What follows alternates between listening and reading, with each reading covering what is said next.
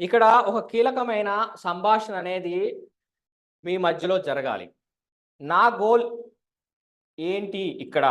మిమ్మల్ని నా నుంచి ఇండిపెండెంట్ చేయడం.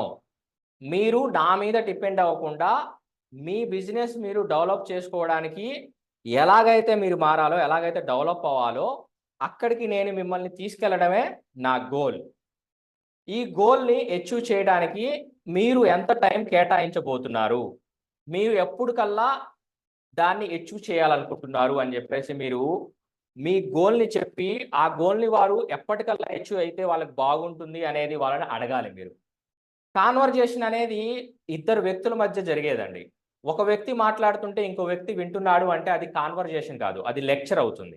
నువ్వు ఇండిపెండెంట్ అవ్వడం అనేది నేనేదైతే గోల్ పెట్టుకున్నానో అది కరెక్ట్ అంటావా? కాదంటావా? అని జెప్పేసి మీరు క్వెషన్ అడిగి ఆ ఆన్సర్ వచ్చేంత వరకు వెయిట్ చేయాలి.